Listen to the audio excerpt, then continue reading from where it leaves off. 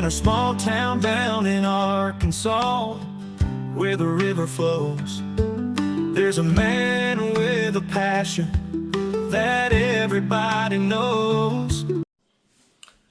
Howdy, everybody. Welcome to HT's EDC.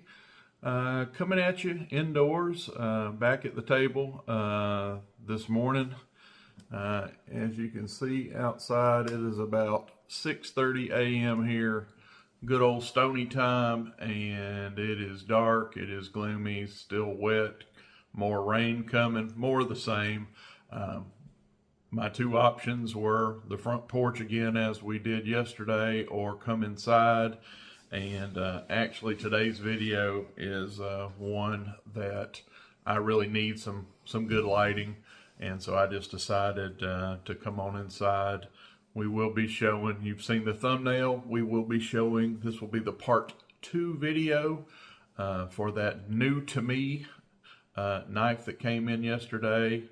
And we immediately went to work on that knife, and this video will be the fallout video to see how it turned out and where we got with that.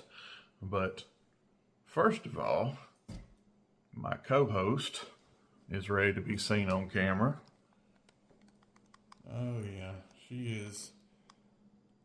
Abby, what do we exactly call this right here? There's no squirrels inside. Laying down on the job, I don't know. Maybe she got too many treats yesterday, but which is impossible. She's right here at my feet anyway, taking a little siesta at the moment, but she's in her spot at least. What else is going on? Yes, something that's very important. I got a shout out this morning to a very dear buddy of mine, Brother Stephen, over at Sanctified EDC Gear. Sanctified EDC, yes, got it right. His son this morning, I know, is going for an important MRI. If you followed his channel, and more of you should, really, more of you should. Stephen is a good man, and he needs our support, but that's another story for another day. This morning, his son, Grayson, is going for an important MRI. If you followed the channel, you know that there was an accident with a deer, and the young man, he got jostled around when that accident happened, and they hit that deer. And anyway, don't want to tell all their personal business, but the young man had some problems, so we post the accident, so they are getting him checked out today thoroughly with a MRI. And my prayers to you, Stephen, Miss Kimberly, I think I can say that on here, and for Grayson today, that those results come back positive, and there is no long-lasting effects for the little fella. So you're on my mind. You're on my mind for a lot of different reasons right now, brother. I am praying for you and your health. I, of all people, understand struggles with that, with health concerns. Not by any stretch of the imagination am I trying to compare here, because I ain't got an iota of a clue of what you got going on in your situation. I keep having glare in my glasses in here. Let's see if I back that up. Oh well, I guess I'm just going to be there's going to be cat's eye. I'll try to keep my head down. Cat's eye all through this video, but deal with that. Bear with me on that, folks. Y'all ain't here to look at me. You're here to look at the knife. But anyway, finishing that thought, Stephen, I'm not comparing, brother. I got no idea, earthly idea, what you're going through with your health concerns over there. I can only imagine, and just know that my heart goes out to you, and constantly praying for you too, buddy, and all that. Yeah, so I guess we'll put a bow on that, but you praying folks out here today, send one up for this family, and send one up for little Grayson this morning as he has his test. Okay, pocket check. Let's get on to happy thoughts. What did I grab this morning to throw in the old shorts today? Well, today the old Beaver Creek Barlow got the call. Let's do that again. Do y'all hear those Rosecraft acoustics?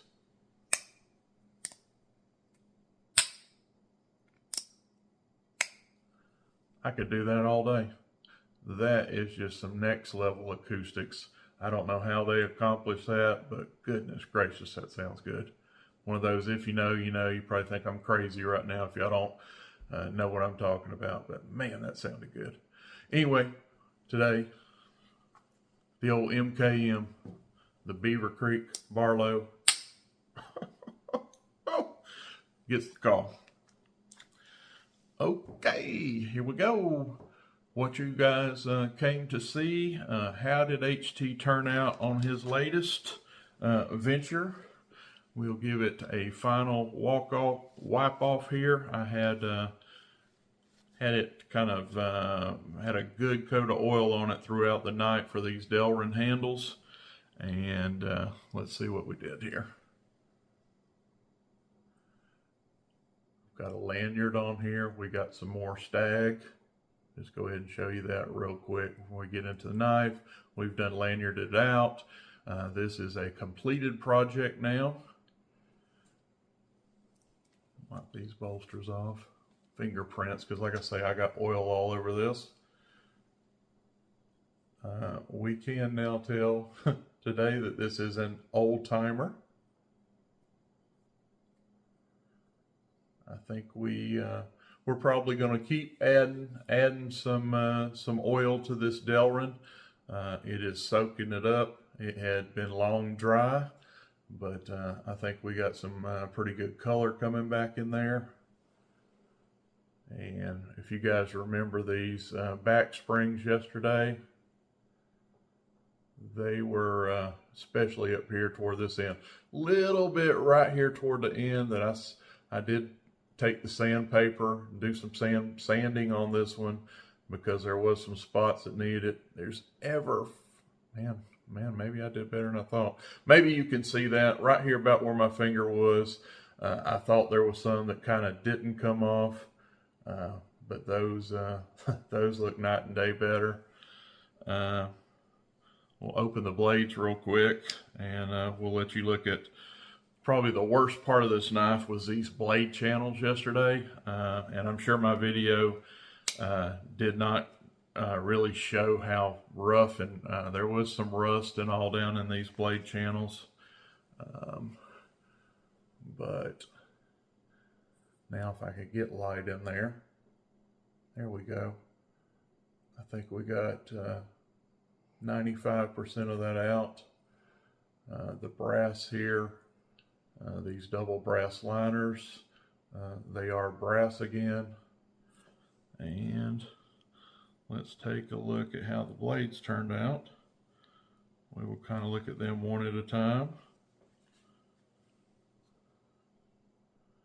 This is my favorite blade of any folding hunter, folks. I am a folding hunter fanatic.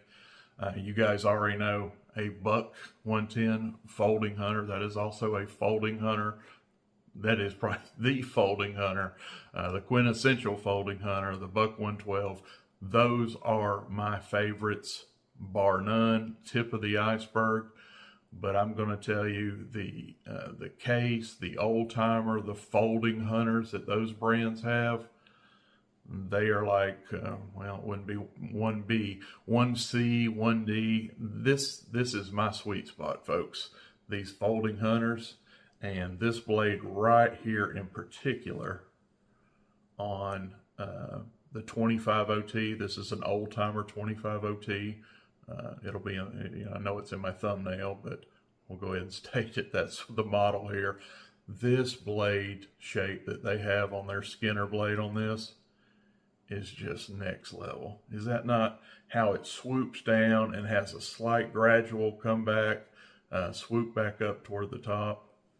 Is that just not a cooler and cucumber blade? But anyway, that is how that blade turned out after cleaning and little elbow grease and TLC. Listen to this. We'll go ahead and let you listen to it close. Oh yeah. Wipe off this one. Like I said, there's still probably some oil making its way out of this pivot, and it'll be doing that for a while because we have definitely put the oil to it. But here is the good old clip point. And there we go. Well, we can focus. Maybe right there. Good old Schrade. Well, got a piece of lint on there for my microfiber cloth. Let's do that again.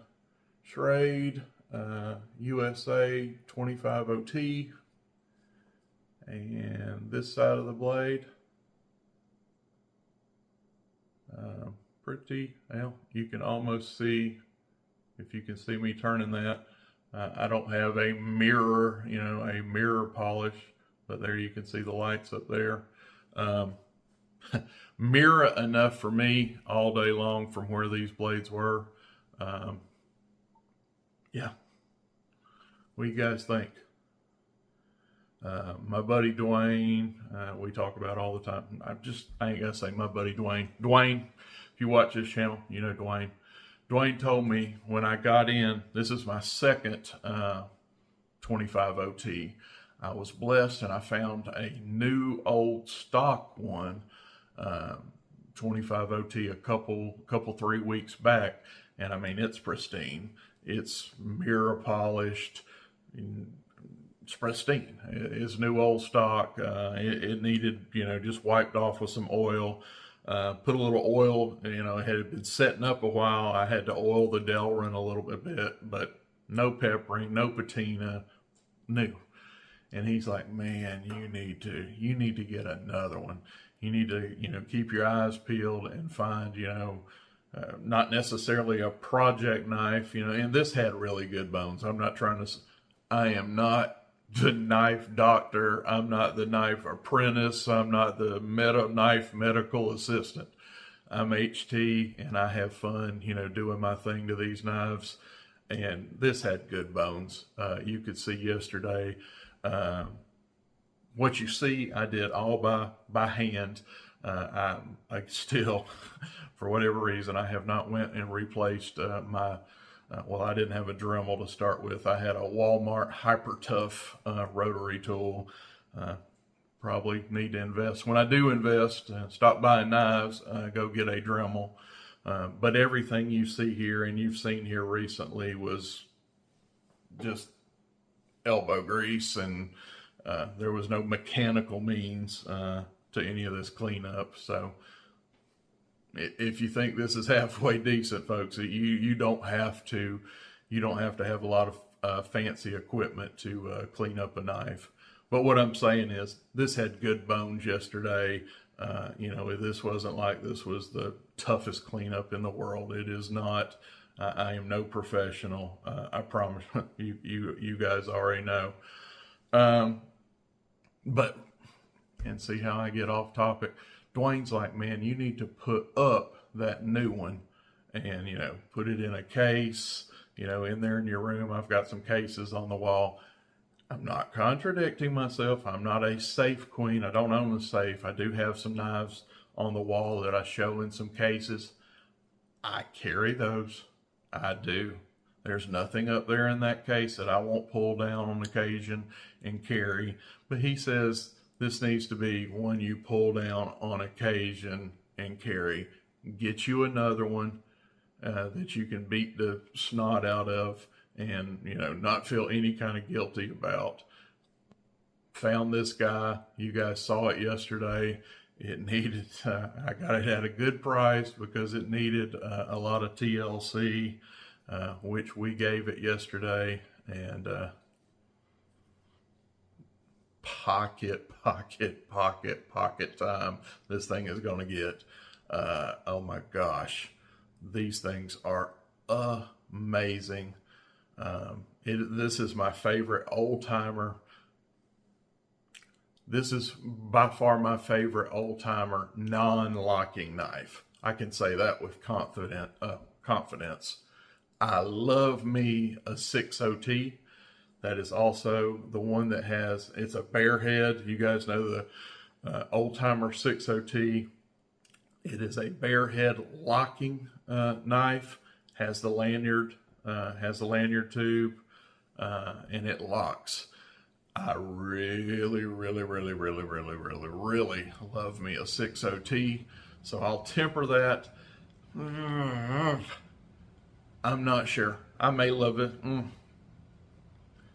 Let's just say they are my co-favorites from Old Timer. This one does not lock. I love it, and I love that 6OT locking knife too. But I am on a folding hunter fanatical right now. I'm a folding hunter fanatic. I have got in 3, 4, 5 of these in the last couple of weeks. Not all these brands, but the folding hunter style, and I am hooked. Hook, line, and sinker. Set the hook, reel me in. I am, yeah. All the analogies, I'm hooked on them, folks. I love them. In hand, oh my goodness. They're the, and this is all personal preference, they're the perfect weight for me. You can just grip them any kind of way. You feel like you got something. You feel like you could go to California and cut down one of those redwoods with this knife when you have this knife in your hand. It is just confidence inspiring. One of those, if you get it, you get it. This is, I understand completely. This is way too big for some people. I get it. I'm not that some people. It is, I love them. Bold and beautiful is how HT likes his knives. But anyway, the folding hunters just, they have got a hold of my heart right now, and don't see them letting go anytime soon. I actually have one more, and it's going to be a little fixer-upper project knife also. Shout out to Todd over at Pocket EDC for dropping me a dime on that knife. That is making its way right now, Todd, through Canada. It hasn't got over here to the States yet, but it has been shipped. So, you know, that could be weeks, you know, before it gets down to me here in the stone. But it's on its way, Todd, and thank you for that heads up on that. That's going to be a fun one too. So what I'm telling you folks is, heads up, you haven't seen the last of the folding hunter style knives on this channel by a long shot. We got one more coming, and I've constantly got my I got a side eye here looking for them all the time. So if you like these, and this is, I guess that's a good thing for people that are like me, love the folding hunters, these big ones. If you don't, there's going to be, don't worry, that's not all I'm going to show on this channel. Obviously, I'm carrying a bar load today, so rest assured.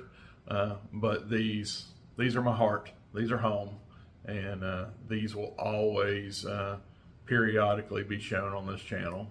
So let y'all hear walk and talk real quick, and we're going to get you out of here.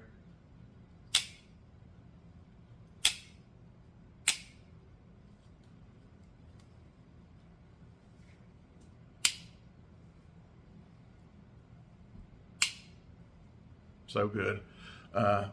More of the same. I can do it real quick. I was going to say more of the same from the Skinner blade, but we'll do it real quick.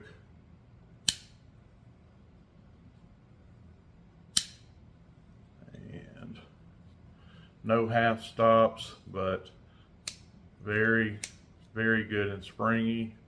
And turn around here. Snap for days. And oh yeah, well, we'll pick one up real quick and talk about sharp. Goodness gracious, goodness gracious. These things, folks, this thing can cut you looking at. If you look at this thing wrong, it can cut you. And I just grabbed some old Simmons Sporting Good calendar here, a page of that, just to show you we've put an edge on this, which I promise this may make a fool of me and hang up or something. This thing is scary, redonkulous sharp, but we'll see what we can do here. Yeah, yeah, and that's push cutting, folks. That's push cutting and me doing it one-handed, which is very hard. But yeah, this thing. Look at those little. Look at that.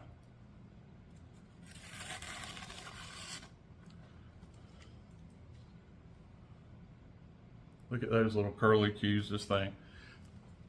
I'm not going to bore you. It's stupid sharp. These carbon steel blades, which I haven't mentioned it, these are carbon steel. The stuff that Old Timer used and put on these things back in the day, and by the way, I'm not sure of the date of this. These have a date code from like 73 to they closed the door in 2004. Don't quote me on 73. You can quote me on 2004. 70 something to 2004. So this is somewhere in there. 70s, 80s, early 90s. I don't know. It's a range that they do for that tang stamp. But I would say this is at least 20 or 30-year-old knife. And the steel they used on that was next level. It gets sharper. Like I say, it can cut you. You can look at it wrong and start bleeding on these knives, folks. But we're at 20-something minutes, as usual with me. Got excited, wanted to show off. Got some HT. This is actually some stag that brother Bobby. Give him a quick shout out, Brother Bobby, too many B's there. Brother Bobby over at RDS Wood Turning and Acrylics made these these stag beads. This is actually some stag I sent Bobby, so this is kind of cool. This is from a deer that I or my wife at some point have harvested. So that's kind of cool. Have a piece of history on my knife here. And thank you, Bobby, for making these. And like I said, I sent him a box full of antler stag. So reach out to him. If you like something like that and think that's cool, he's got the stag down there right now. He can hook you up. He is ready to take your orders. RDS Wood Turning and Acrylics. This thing's cooling over here. I need to get that first cup in me and where I can talk halfway decent this morning. Thank you guys for checking this out. I am stupid pleased on the turnout of this guy. If you haven't seen where it came from, I've got a short video. It'll take you all of 60 seconds. My last video back will show yesterday when this arrived and what this looked like, where you can have some reference if this is the first video you're seeing on it. There is a part 1 yesterday. So anyway, I'm shutting it down. Love you guys. You know, brother. You know. God bless. We'll see you on the next one. HT, Miss Non-Squirrel, whatever she's calling us. She's not chasing squirrels right now, but whatever Miss Abby's doing here, we're out. God bless. From a bar stool to that living room, Sunday morning in a church.